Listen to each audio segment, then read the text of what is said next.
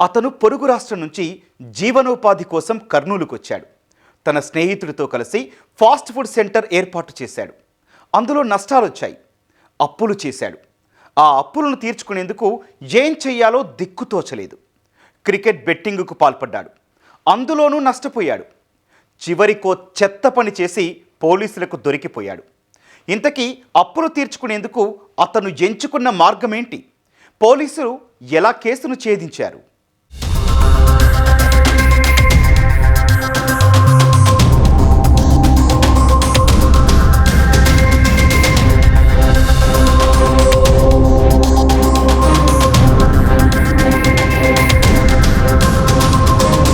కర్నూలు నగరంలోని B camp housing board colony. ఉదయం 11:30 గంటల సమయం. శ్యామలమ్మ అనే వృద్ధురాలు ఇంటి ముందు కూర్చుని మనవరాలిని ఆడిస్తోంది. అదే సమయంలో ఓ యువకుడు ద్విచక్ర వాహనంపై అటువైపుగా వచ్చాడు. రెప్పపాటులో వృద్ధురాలి మెడలోని బంగారు చైన్ లాక్కుని పరారయ్యాడు.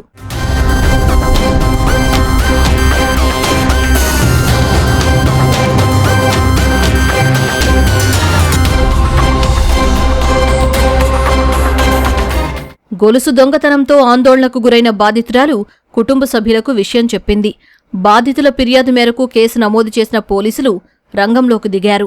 సీసీ కెమెరాలో రికార్డైన దృశ్యాల ఆధారంగా దర్యాప్తు ప్రారంభించారు. ప్రవీణ్ అనే యువకుడు చైన్ స్నాచింగ్కు పాల్పడినట్లు తేలింది. అదుపులోకి తీసుకుని విచారించారు.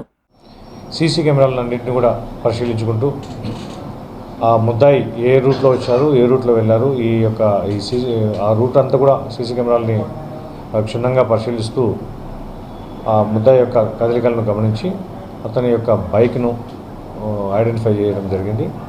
ఆ తర్వాత ముద్దాయిని ప్రవీణ్ అని అతను గద్వాల్కు చెందిన ముద్దాయిగా అతన్ని ఐడెంటిఫై చేయడం జరిగింది.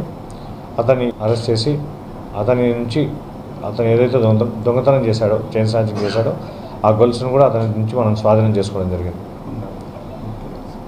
ఆ గొలుసు యొక్క బరువు సుమారు 3 తులాలు ఉంది, 30 గ్రాములు.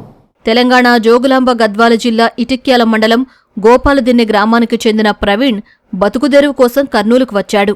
గద్వాలకు చెందిన తన స్నేహితుడు మధుసూదన్ రెడ్డితో కలిసి హోటల్ వ్యాపారంలోకి దిగాడు. ఇద్దరూ కలిసి సంతోష్ నగర్లో ఫాస్ట్ ఫుడ్ సెంటర్ ప్రారంభించారు. కొంతకాలానికే నష్టాలొచ్చాయి. దీనిని కొనసాగించడం వల్ల మరిన్ని నష్టాలు వస్తాయని భావించి ఫాస్ట్ ఫుడ్ సెంటర్ను తీసేశారు.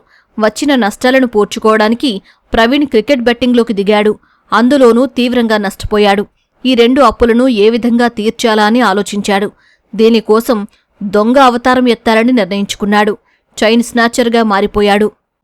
ఇదివరకు అతను ఇక్కడ మన సంతోష్ నగర్లో ఒక ఫాస్ట్ ఫుడ్ సెంటర్ పెట్టుకుని ఉండేవాడు. అతనికి బిజినెస్లో లాస్ రావటం వల్ల అతను అప్పుల పాలవటం వల్ల ఈ అప్పుల నుంచి అతను బయటపడడం కోసం అని చెప్పేసి దొంగతనం నేర్చుకున్నాడు. అతను దొంగతనానికి వాడినటువంటి బైక్ను కూడా మనం స్వాధీనం చేసుకోవడం జరిగింది. అతని తదుపరి విచారణ నిమిత్తము కోర్టు ముందర హాజరుపరచడం జరుగుతుంది. హోటల్ బిజినెస్, బెట్టింగ్లలో నష్టాలు రావటంతో చోరీకి పాల్పడినట్లు నిందితుడు ఒప్పుకున్నాడని పోలీసులు తెలిపారు. ఒంటరిగా ఉన్నప్పుడు మహిళలు అప్రమత్తంగా ఉండాలని పోలీసులు సూచిస్తున్నారు.